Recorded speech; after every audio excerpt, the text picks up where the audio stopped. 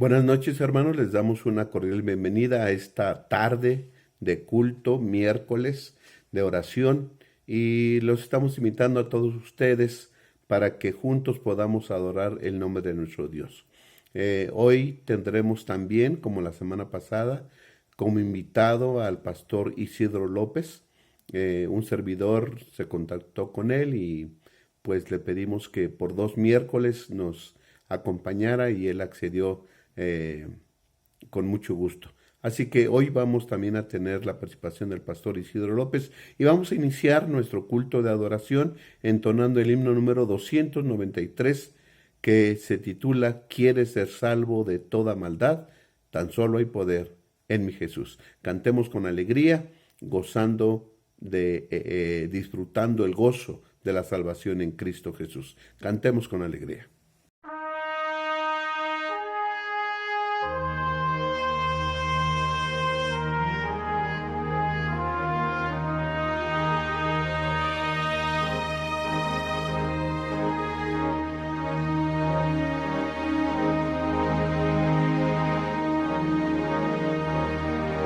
Quieres ser salvo de toda maldad, tan solo hay poder en mi Jesús. Quieres vivir y gozar santidad, tan solo hay poder en Jesús. Hay poder, sí, sin igual poder en Jesús, quien murió. Hay poder, sí, sin igual poder en la sangre que Él vertió. Quieres ser libre de orgullo y pasión, tan solo hay poder en mi Jesús. Quieres vencer toda cruel tentación, tan solo hay poder en Jesús. Hay poder, sí, sin igual poder en Jesús, quien murió. Hay poder, sí, sin igual poder en la sangre que Él vertió. Quieres servir a tu Rey y Señor, tan solo hay poder en mi Jesús. Ven y ser salvo podrás en su amor, tan solo hay poder en Jesús. Hay poder, sí, sin igual poder en Jesús, quien murió. Hay poder, sí, sin igual poder en la sangre que Él vertió.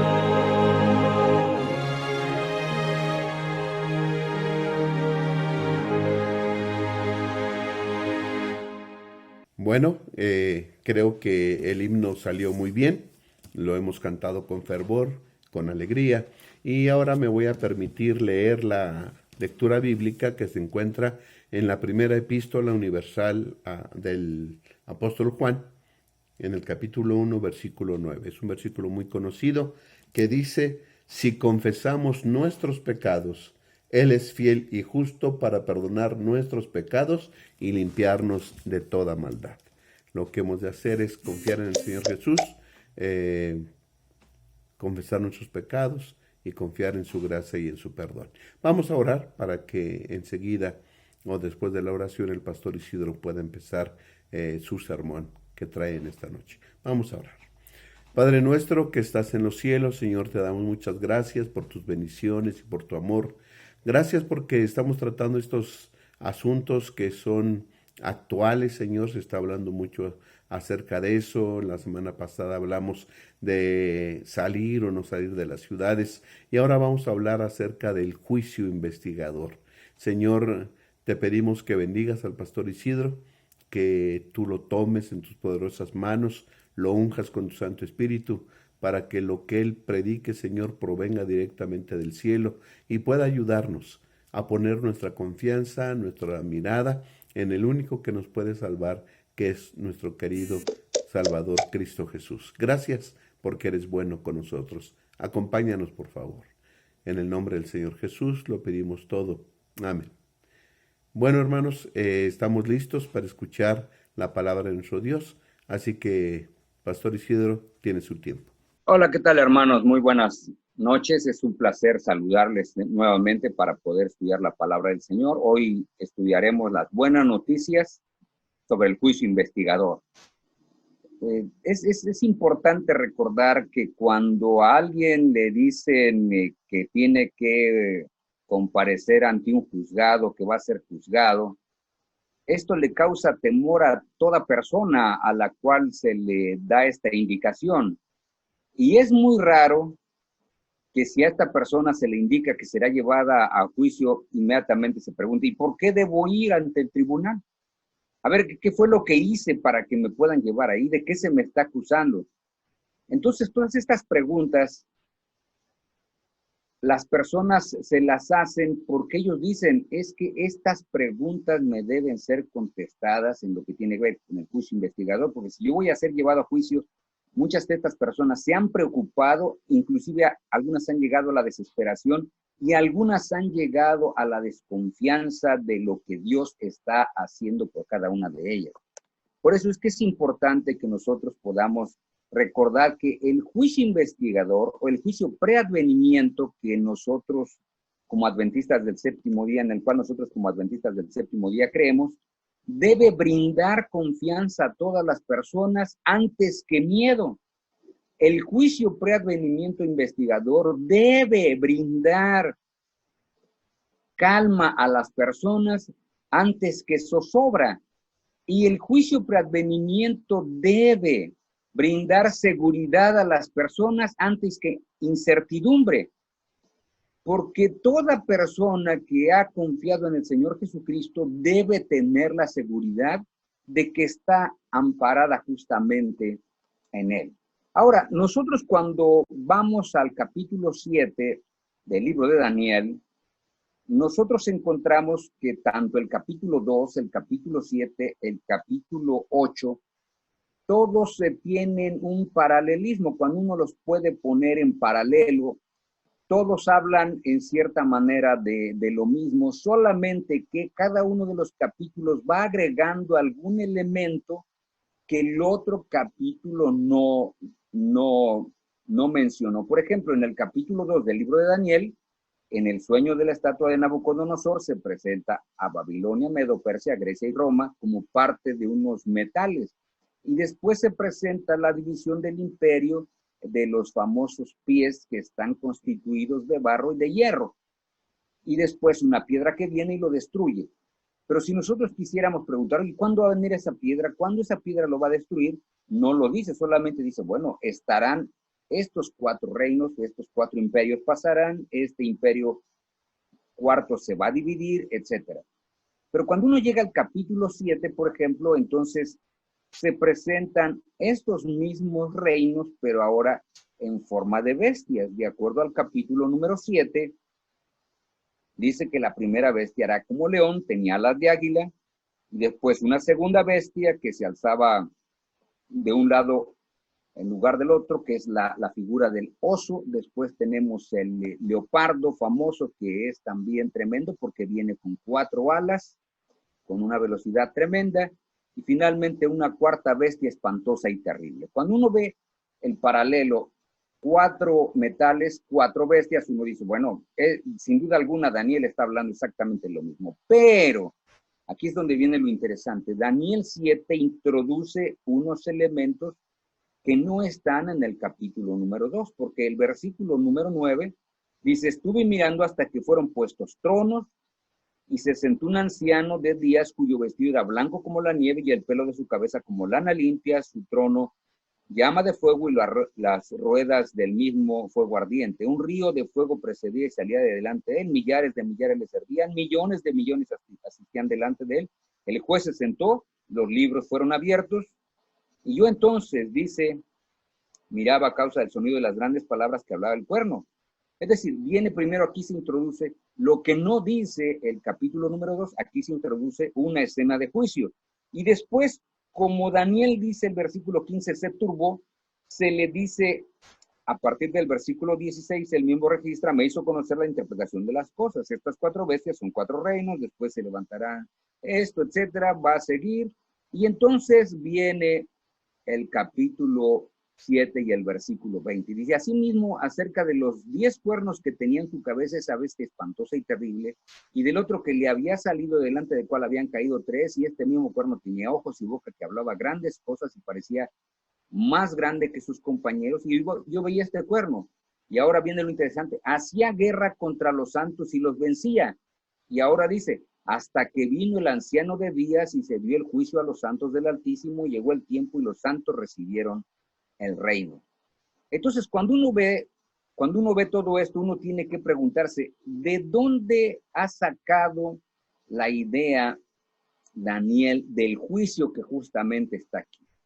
Y entonces tenemos que recordar que en el capítulo número 16 del libro de Levítico viene un evento que nosotros llamamos el Yom Kippur o el Día de la Expiación. En el capítulo 16, de manera específica, se dan todos los detalles de cómo se tenía que realizar toda esta ceremonia. Pero en el versículo 31 dice cómo es que las personas tenían que estar en aquellos días para poder pasar en ese momento. Hay una palabra que se utiliza aquí que a veces la gente tiene un poquito de miedo, porque si yo no puedo andar así todo el tiempo. 16:31 dice, día de reposo es para vosotros y afligiréis vuestras almas, es estatuto perpetuo. Entonces hay personas que, como dice, afligiréis vuestras almas, piensan que deben estar con miedo. No, lo que está diciendo las Sagradas Escrituras es, en ese día, de manera específica, cada persona debería meditar en lo que había realizado durante todo el año que Dios le había permitido vivir, lo que debía realizar en todo ese año que Dios le había dado la oportunidad de ser parte de la comunidad del pueblo de Dios. Era una persona que debería decir, ok, durante todo este año Dios me ha dado tanto, ahora voy a ponerme justamente en paz con Dios. Y entonces, en ese momento del famoso día de expiación, llamado también Yom Kippur, se esperaba que las personas hicieran 3 cosas. Y recuerden estas 3 cosas, van a ver que no tiene nada que ver con un sufrimiento, no tiene nada que ver con un estar preocupado. ¿Por qué? Porque la persona todo lo que tenía que hacer era confesar los pecados y recordar los pecados que él había llevado al santuario y cómo habían sido ya perdonados por el sacerdote. También tenía en ese tiempo que recordar los deberes que había descuidado y en tercer lugar, tenía que ajustar en esa fecha las cuentas con Dios y con los hombres. Y es lo que se espera que acontezca justamente en lo que nosotros como nos vemos como el juicio de preadvenimiento. ¿Qué tenemos que hacer? Pues algo semejante. Hermanos queridos, confesar los pecados es parte de lo que tenemos que hacer. Si hay deberes que hemos descuidado, pues hay que repararlos, hay que hacerlos de nuevo esos deberes. Y finalmente, si hay algunas cosas que tenemos que arreglar con las personas y cosas que tenemos que arreglar con Dios, pues hermanos, arreglémoslas, porque eso es todo lo que Dios pide. Por eso es que en eso consistía la famosa aflicción, confesar los pecados, reparar los deberes descuidados y ajustar las cuentas con Dios y con los hombres. Ahora, aquí es donde viene una de las partes más interesantes que a veces las personas no se acuerdan que sucedía después del día de la expiación. El día de la expiación yo tenía que estar en una meditación con Dios, en un encuentro con Dios, pedir el perdón de mis pecados, reparar los deberes que yo había descuidado, después ponerme a cuentas con Dios y con los hombres. ¿Y qué pasaba una vez que el día de la expiación terminaba? Porque eso es aquí bien de lo interesante. Bueno, cuando el día de expiación terminaba, toda persona quedaba limpia de pecado. Es decir, todos los pecados que pasaron ahora han sido totalmente perdonados y tienes la certeza de que tu vida ha sido totalmente transformada y ha quedado totalmente limpia. Lo segundo que pasaba también en aquellos días era que el santuario también estaba limpio. Así que las personas quedaban limpias, el santuario también estaba limpio.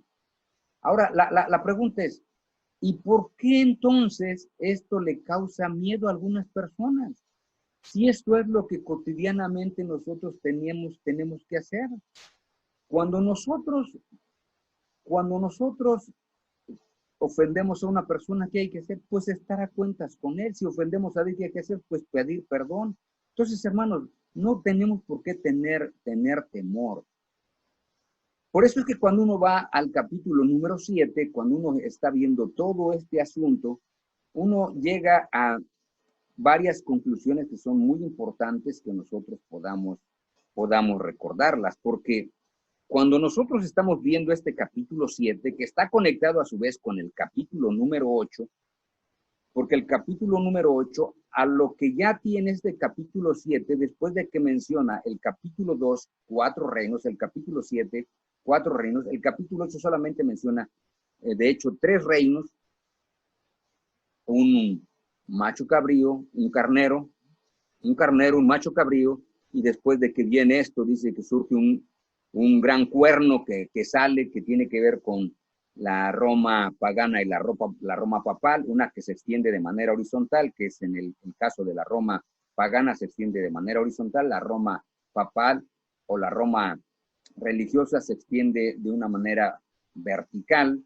Y entonces, cuando nosotros vemos todo este asunto, ¿de qué o a quiénes se va a juzgar en ese juicio? Bueno, cuando nosotros vamos al capítulo número 7, dice que básicamente a quien se está juzgando es, por un lado, al pueblo de Dios. El pueblo de Dios es el que se juzga. Así como en Levítico 16 se juzgaba al pueblo de Dios, ahora en este juicio investigador o juicio preadvenimiento, a quienes se juzga es a todas aquellas personas que fueron o han sido parte del pueblo de Dios. Es decir, ¿quién ha sido parte del pueblo de Dios? Bueno, el pueblo de Dios del Antiguo Testamento está incluido. ¿Quién es este pueblo de Dios del Antiguo Testamento? Pues el pueblo judío. Así que el pueblo judío es parte de aquel que está haciendo, ¿qué cosa? Que está siendo juzgado por Dios en este juicio preadvenimiento. Y después, ¿quién otro es el que es parte del pueblo de Dios? Bueno, el pueblo de Dios del Nuevo Testamento hasta nuestros días. ¿Qué queremos decir con eso? Bueno, todo el inicio del cristianismo o de la iglesia cristiana, también está incluido todo aquel que hizo o ha hecho profesión del cristianismo. Es decir, fíjense bien lo que esto significa. Esto quiere decir, desde que nació la iglesia cristiana, todos esos que han sido parte de la iglesia cristiana, todos van a ser juzgados. Bueno, después surge la iglesia católica apostata, surge la iglesia de la Reforma.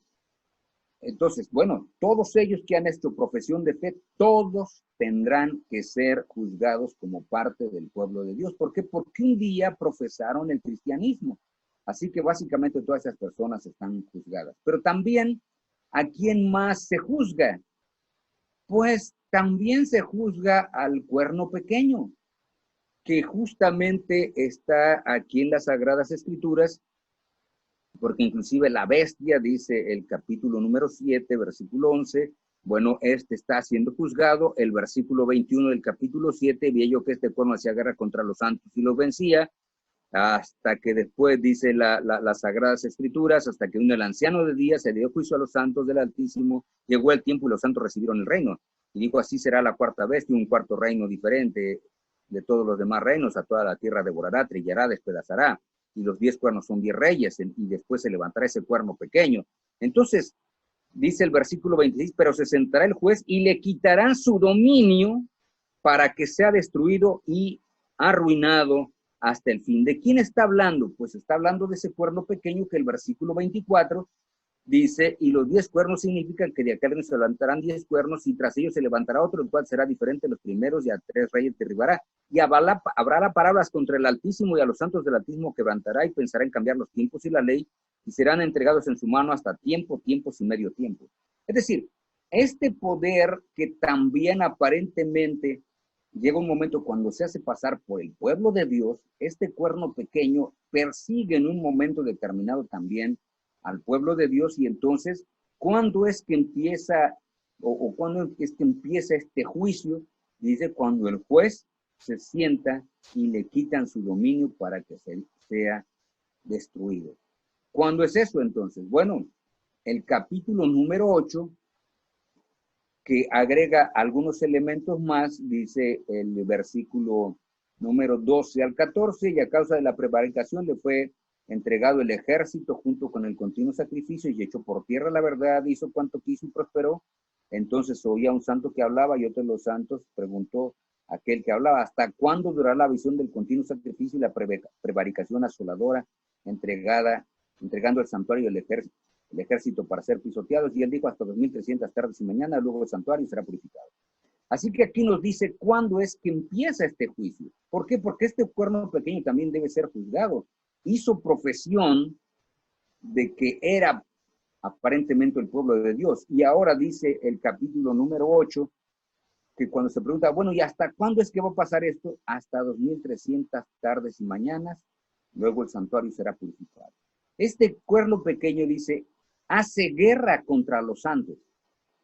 Nosotros cuando vemos esto y vamos a la historia, los 2300 días iniciaron en el año 457, aproximadamente en octubre del año 457 antes de Cristo, y terminaron aproximadamente en 1844, también por el mes de octubre, aproximadamente, ¿no?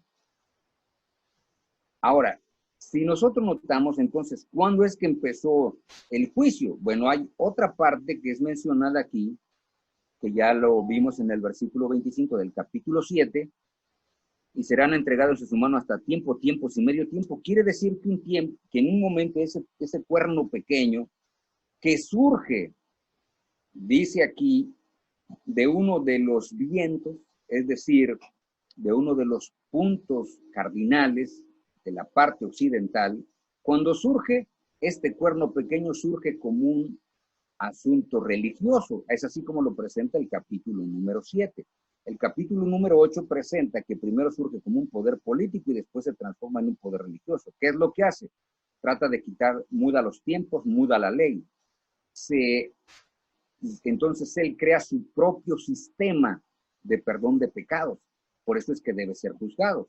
Entonces, ¿cuándo comienza el juicio? Dice las Sagradas Escrituras que se le da un tiempos y medio tiempo para que pueda justamente dominar a los justos. ¿Cuándo es esto? Bueno, en el año 538, justamente después de Cristo, nosotros tenemos que este sistema llega a dominar justamente toda la tierra en lo que tiene que ver con asuntos religiosos, y en asuntos religiosos entonces llega a dominar de manera específica. Y justamente a partir del año 538, cuando el emperador Justiniano ha dicho que él es ahora el que se va a encargar de la parte occidental, Justiniano estaba en la parte oriental, entonces él queda al arbitrio de él el dominio tanto religioso como político de Roma. Y a partir del año 538 hasta el 1798, cuando el general Berthier llega y se lleva preso al Papa, es cuando está todo esto. Entonces, ¿cuándo es que inicia justamente todo este asunto del juicio investigador? Bueno, las Sagradas Escrituras nos dicen cuando termine, ¿qué cosa? Los 2300 tardes y mañanas, lo que nos lleva hasta 1844, y donde en 1798 ha iniciado el tiempo del fin, y 1844 es cuando inicia el juicio investigador de todas las personas. Ahora, este es un asunto que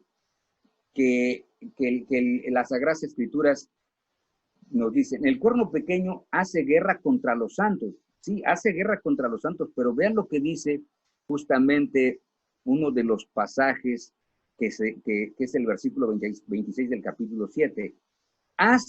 Dice, pero se sentará el juez y le quitará su dominio para que sea destruido y arruinado hasta el fin.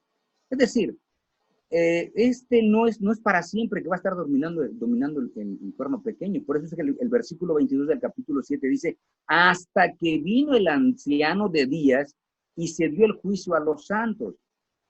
Así que aquí hay tres cosas. En primer lugar, el cuerno pequeño hace guerra contra los santos, hasta que viene el anciano de días, que es la misma escena que está en el capítulo 7 del versículo número 9. Cuando inicia esta escena de juicio, bueno, esta escena de juicio ha iniciado en 1844, cuando dice también, llegó el tiempo, y entonces, ¿qué cosa? Los santos reciben el reino. Por eso es que nosotros tenemos que aceptar que este juicio que es a favor de los santos, incluye un veredicto doble, hermano. ¿Cuál veredicto doble? En primer lugar, incluye la liberación de los santos. Es decir, todos los santos van a ser liberados de ese poder opresor. Y por otro lado, la destrucción del enemigo. Por eso es que la fase investigadora del juicio es colocada antes del segundo advenimiento del Señor Jesucristo y al final de los 2300 días. Por eso es que entonces tenemos que recordar, los santos son liberados y el enemigo es destruido.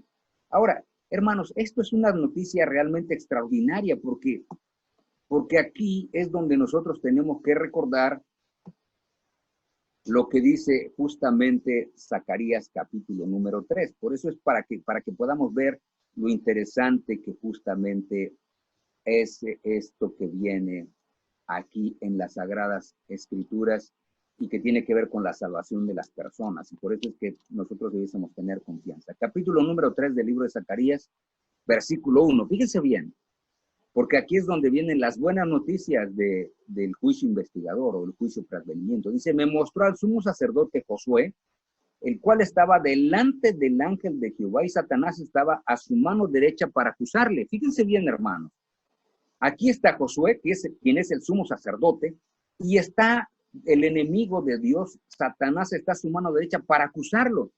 Entonces nosotros tenemos aquí que hacernos una pregunta muy simple, hermanos.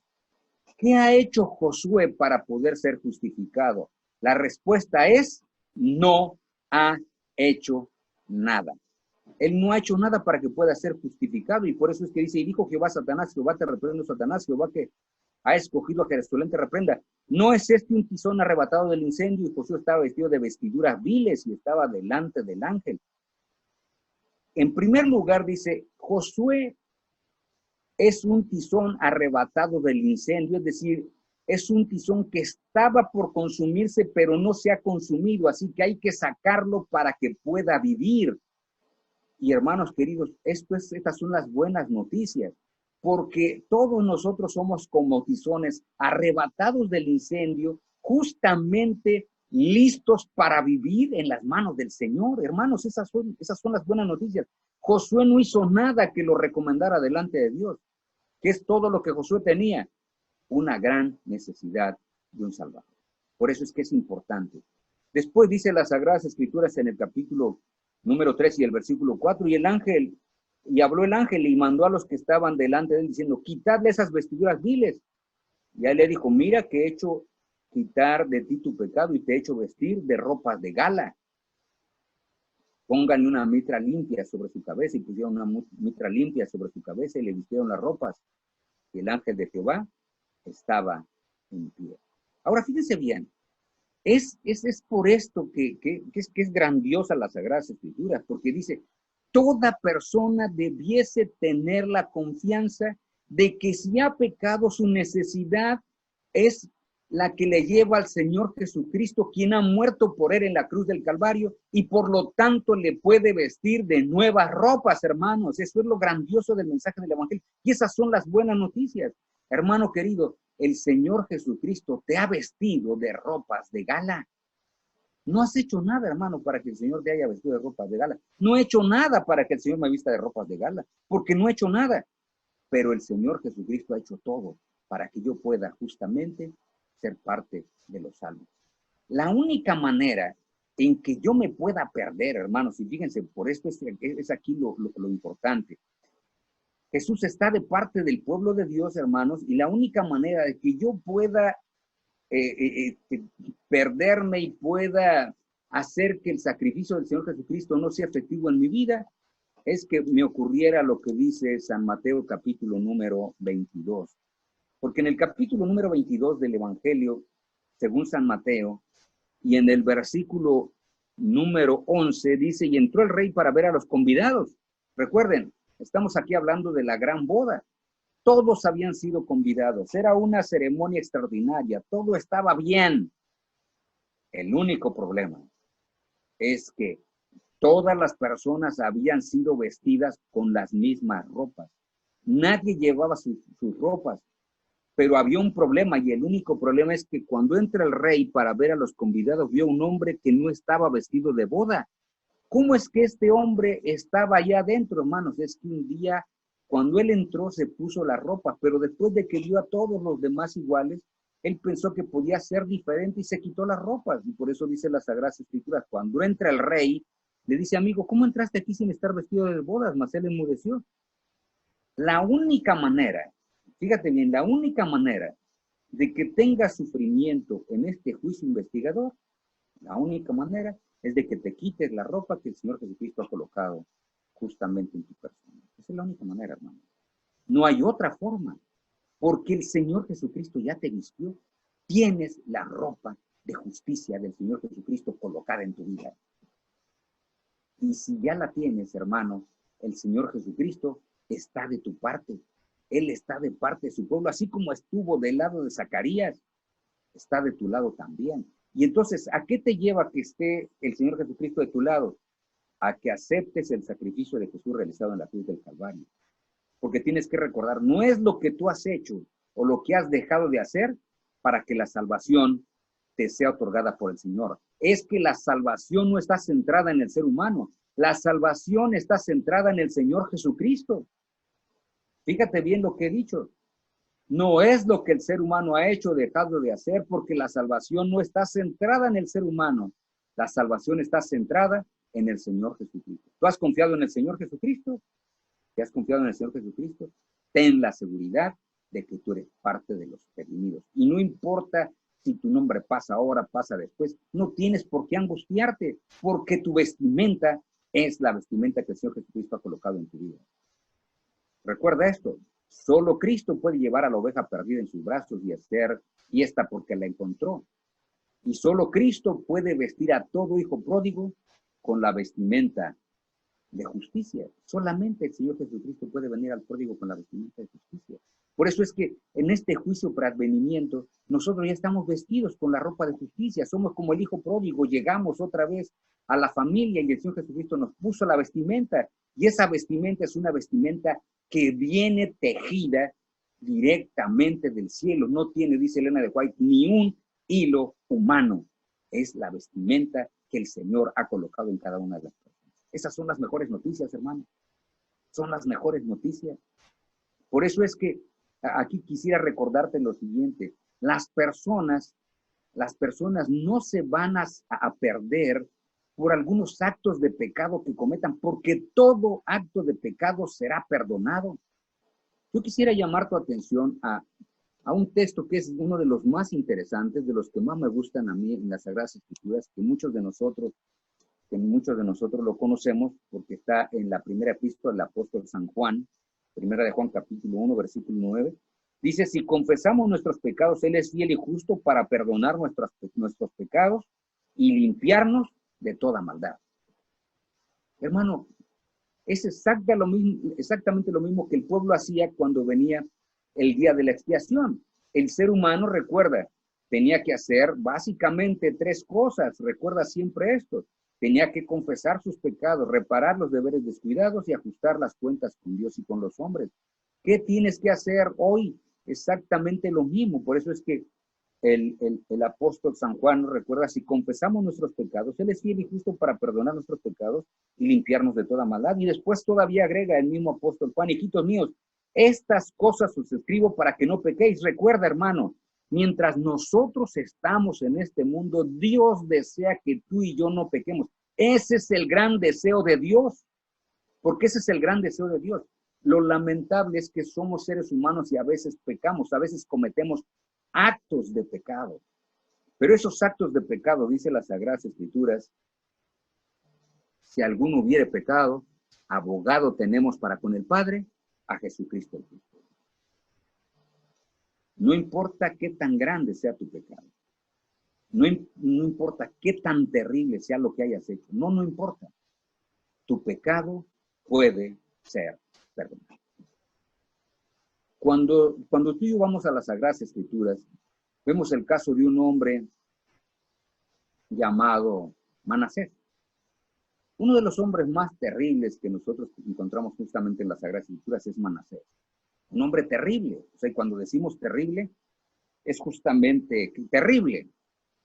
Un hombre que llevó al pueblo a la idolatría, llevó al pueblo a dejar de lado a Dios. Un hombre que dice la tradición judía y el libro de los Hebreos lo deja entrever en el capítulo número 11, que algunos, cuando el capítulo 11 habla de que algunos fueron aserrados, algunos dicen que se está refiriendo justamente a Isaías, a quien fue metido dentro de un árbol y después cortado a la mitad. Bueno, justamente, ahora imagínate, ese hombre con todos los pecados que hizo, con todas esas muertes que estaban en su vida, un día se arrepiente y Dios le perdona. Dios le perdona. Y entonces, si Dios le perdona, justamente ¿qué cosa? Dios lo ha transformado en una nueva criatura. Por eso es que es importante que nosotros lo podamos entender. Por eso es que dice la Sagrada Escritura, si confesamos nuestros pecados, Él es fiel y justo para perdonar nuestros pecados y limpiarnos de toda maldad. Dios lo puede hacer y por eso es que después agrega, hijitos míos, estas cosas os escribo para que no pequéis.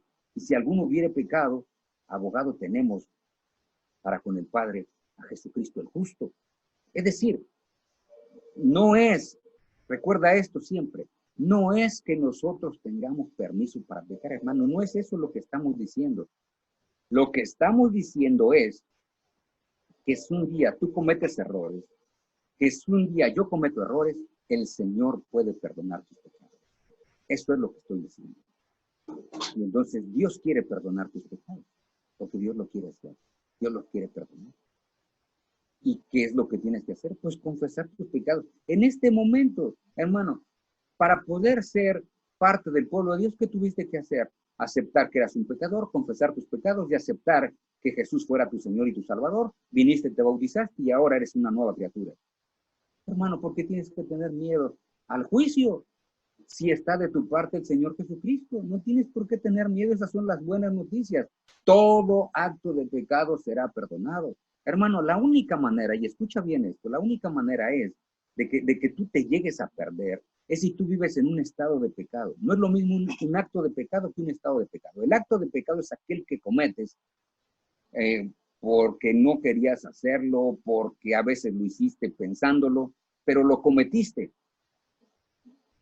El estado de pecado es aquel estilo de vida que no quieres cambiar, aun cuando sabes que debes hacerlo.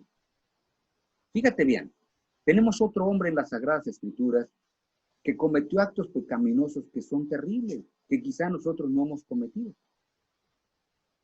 David, por ejemplo. David deseó a una mujer, no era su esposa. Después comete adulterio con esa mujer, esposa de Urías Eteo. Después manda a traer a Urías Eteo y planifica su asesinato. Es el autor intelectual. Pero cuando uno lee el Salmo 51, que es tan extraordinario para todos nosotros que estamos en este tiempo del juicio tras venimiento, nosotros decimos algo muy sencillo. Cuando el Señor Jesucristo llega David y le confiesa su pecado a Dios, el Señor Jesucristo está intercediendo también por él. Cuando pide perdón, Dios le perdona. A ver, hermano querido, ¿de qué está hablando? Actos terribles, un adúltero, un asesino, son actos de pecado y Dios justamente les perdona, le perdona esos actos de pecado. Pero lo que Dios no perdona, porque no es porque Él no quiera, sino porque el ser humano sigue viviéndolo así, son los estados de pecado. ¿Qué es un estado de pecado? El estado de pecado es cuando una persona quiere seguir viviendo lo que le gusta, tratando de ocultarlo delante de las demás personas. Esa es la única forma. Tú vas a encontrar que hay personas que tienen una vida doble. Las tratas de una manera, pero fuera tienen otra vida. Bueno, esa otra vida oculta es aquella que puede eliminar a alguna persona, porque ese es un estado pecaminoso. No es un acto pecaminoso, él vive en un estado pecaminoso. Es como aquella persona que se bautiza y sigue adulterando y todo el tiempo está adulterando. Ese es un estado pecaminoso. El bautismo no le sirvió de nada porque sigue siendo un pecador. Entonces, ¿de qué le sirve que se haya bautizado si está en un estado de pecado? Entonces, lo que estamos nosotros diciendo es, todo acto de pecado será perdonado al ser humano. Por eso es que, hermano querido, no tienes por qué preocuparte. Si tú has confesado tu pecado, Dios te ha perdonado tu pecado. Confía en Dios, en el juicio preadvenimiento, en este juicio en el cual todos nosotros estamos involucrados. El Señor Jesucristo te está diciendo algo muy sencillo. Yo estoy de tu parte. Es lo que está diciendo el Señor Jesucristo. Yo estoy de tu parte. Y lo segundo que está diciendo el Señor Jesucristo es, morí en la cruz del Calvario para darte vida eterna.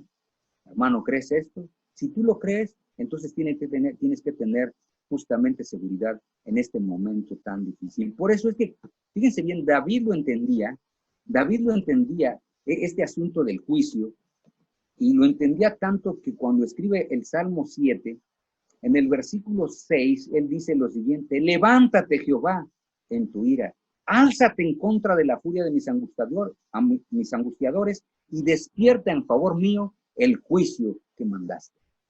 ¿Para qué es el juicio, hermano?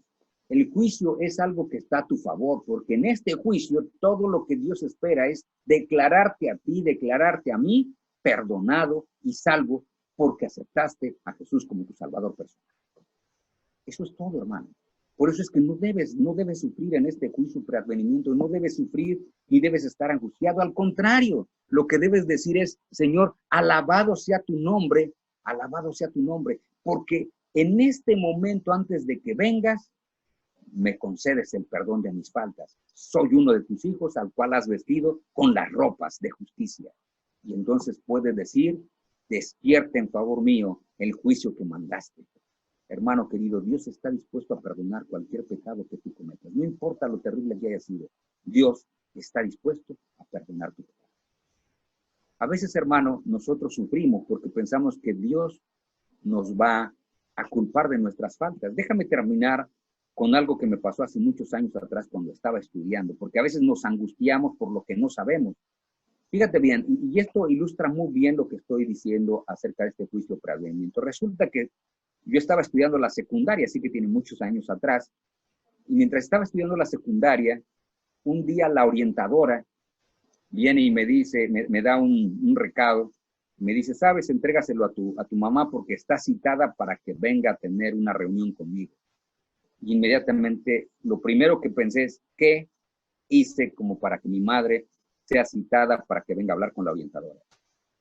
Y entonces, con todo el temor, voy a casa, ¿verdad? Voy a casa y llego y a mi mamá le entrego la carta que le habían enviado. Le digo, mamá, te mandaron esto.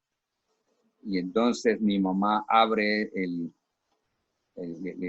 memorándum que le habían llamado y dice, está usted citada para que se presente para tratar algunos asuntos relacionados con la educación de su hijo para tal día y tal fecha.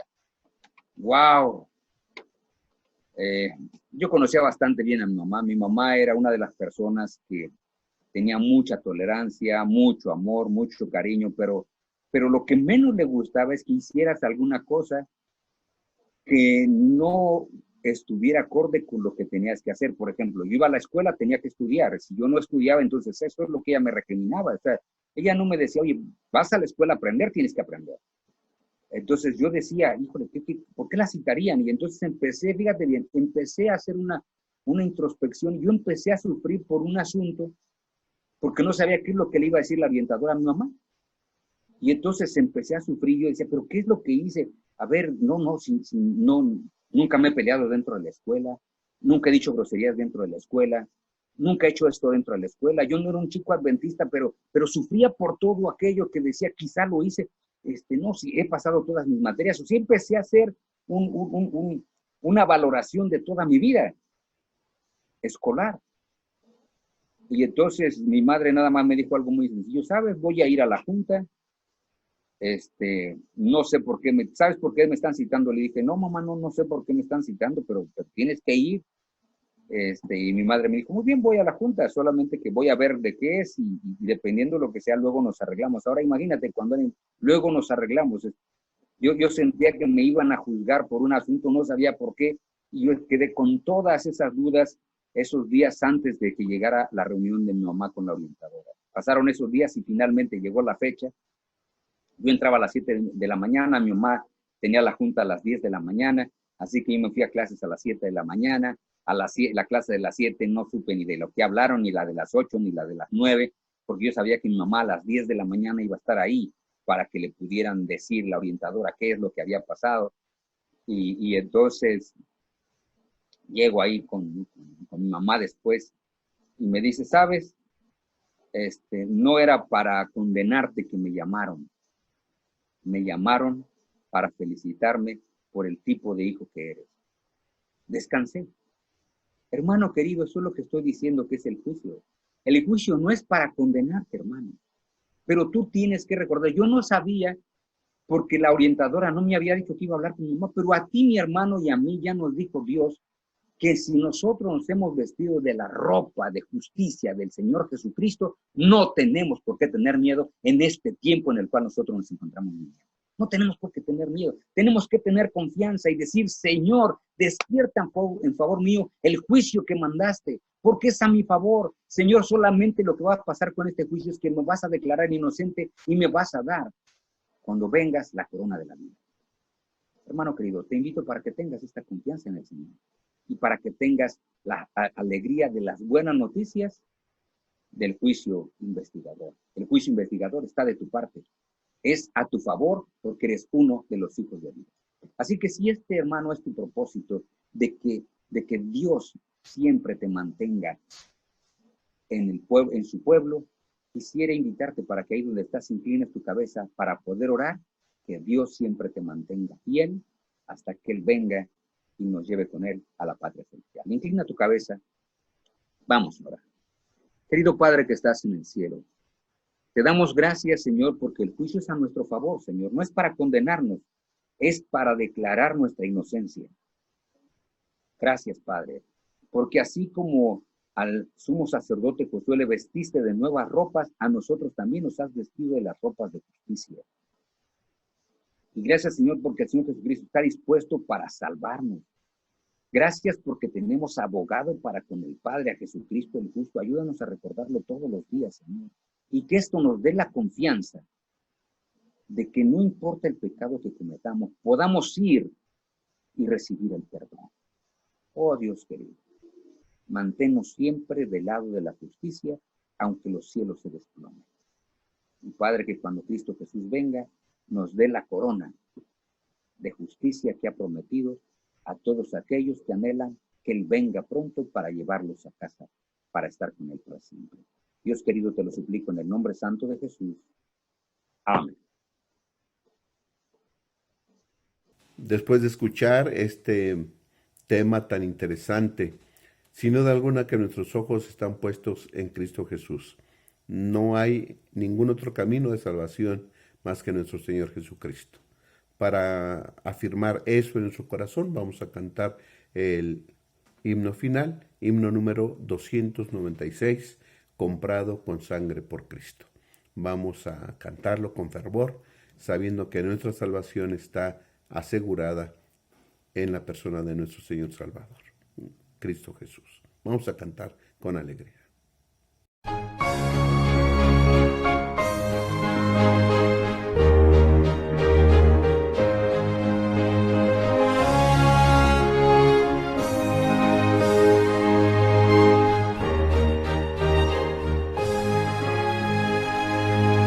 Comprado con sangre por Cristo, gozoso al cielo ya voy, librado por gracia infinita, cual hijo en su casa estoy.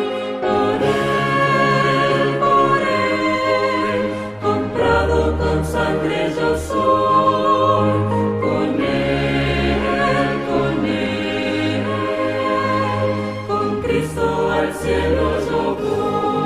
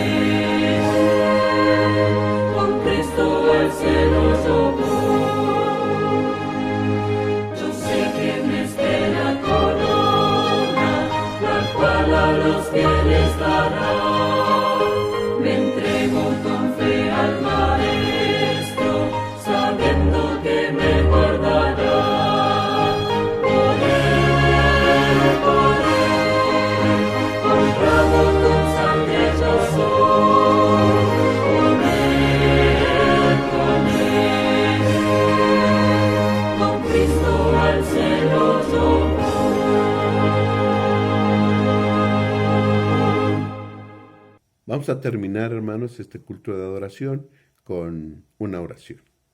Señor, gracias porque eres bueno con nosotros. Gracias porque tu palabra se ha predicado y porque sabemos que el juicio, Señor, es conveniente para tu pueblo. No hemos de atemorizarnos, no hemos de actuar con miedo al saber del juicio. Al contrario, Señor, el juicio investigador es para que los pecados de tu pueblo puedan ser perdonados, para que la justicia del Señor Jesús pueda ser puesta sobre nosotros. Ayúdanos para que confesando nuestros pecados podamos encontrar perdón en Cristo Jesús.